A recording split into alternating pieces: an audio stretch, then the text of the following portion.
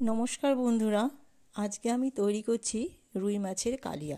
तबे आमी जेभावे तैरी करी सेइभावेई देखाच्छि। तोमरा पुरो भिडियोटा देखते थाको, स्किप ना करे देखो, भालो लागबे। आमार एक छोट्ट चैनेलेर एजेड ब्लगसের सकल बंधुके अनेक अनेक स्वागत। এই রুই মাছের রেসিপিটাই আমি জানি সকলেই তৈরি করতে জানে, তবে আমি কিভাবে তৈরি করছি দেখো। অনেকে তো অনেক রকম ভাবে তৈরি করে, আমি এইভাবেই তৈরি করব, সেটাই তোমাদের দেখাচ্ছি। আচ্ছা ঠিক আছে, কথা না বলে ফিরে আসি এই রেসিপিটিতে। প্রথমে আমি মাছগুলোকে ধুয়ে নিয়ে নুন হলুদ মাখিয়ে নিয়ে দিয়েছি। এরপর কড়াইয়ের মধ্যে তেল গরম করে প্রত্যেকটা মাছ আমি বেশ লাল লাল করে ভেজে নেব।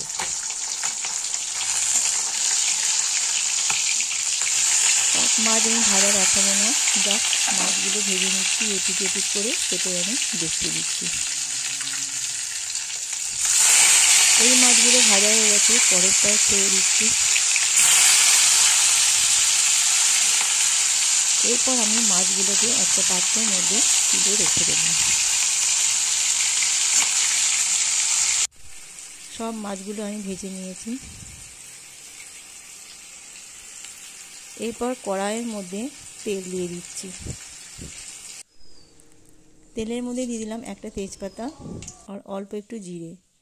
এরপর পেঁয়াজগুলো আমি বেশ ভালো করে ভেজে নিয়েছি, অত কিছু আর দেখালাম না, তোমরা সকলেই জানো। এরপর মশলাটার মধ্যে আমার ছিল আদা বাটা, টমেটো বাটা, একটুখানি জিরে বাটা আর অল্প একটু ধনে গুঁড়ো। এরপর এটাকে আমি ভালো করে বেশ কষিয়ে নেব। যতক্ষণ না কষানো হবে ততক্ষণ আমি নেড়ে নেড়ে এটাকে কষিয়ে নেব, তেল যতক্ষণ না ছাড়বে।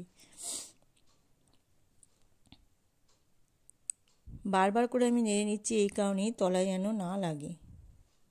সাথে দিয়ে দিলাম অল্প একটু হলুদ। আবার এটাকে আমি নেড়ে নিচ্ছি ভালো করে। দেখতেই পাচ্ছ পেঁয়াজগুলো বেশ আমার নরম হয়ে গেছে, তবে এখনও তেল ছাড়েনি, ওই জন্য আমাকে ভালো করে এটা কষিয়ে নিতে হচ্ছে। এটা না কষালে একটা বিচ্ছিরি জিরের গন্ধ বেরোয়, যার জন্য এটাকে আমি ভালো করে কষিয়ে নিচ্ছি। এরপর দিয়ে দিলাম এর মধ্যে নুন আর অল্প একটু চিনি দিলাম। দেখতেই পাচ্ছ আমার মশলা থেকে তেল ছেড়ে গেছে চারপাশ দিয়ে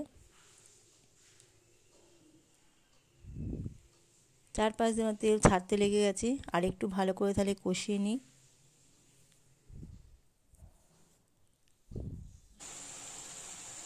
দিয়ে দিলাম অল্প একটু গরম মশলা দিলে বেশ টেস্টটা খুব সুন্দর হয়।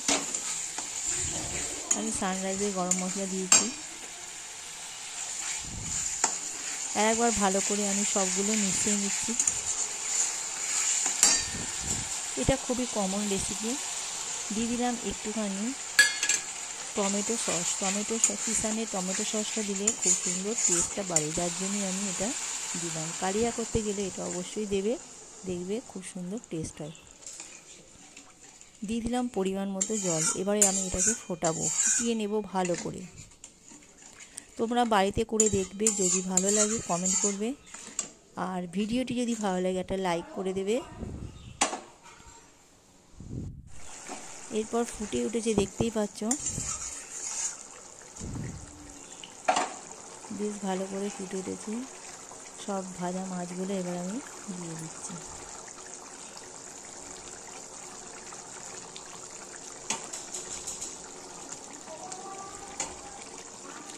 মাছগুলো দিয়ে এপিট ওপিট করে ভালো করে আমি নাড়িয়ে নেব, যাতে মাছের মধ্যে রসটা ঢুকে যায়।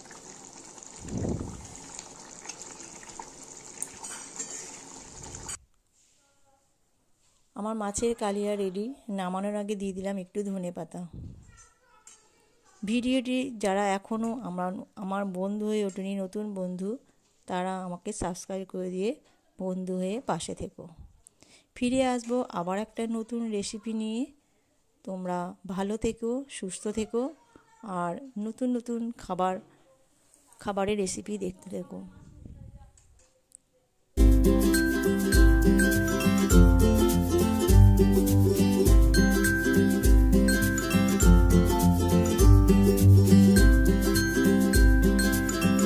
বাই।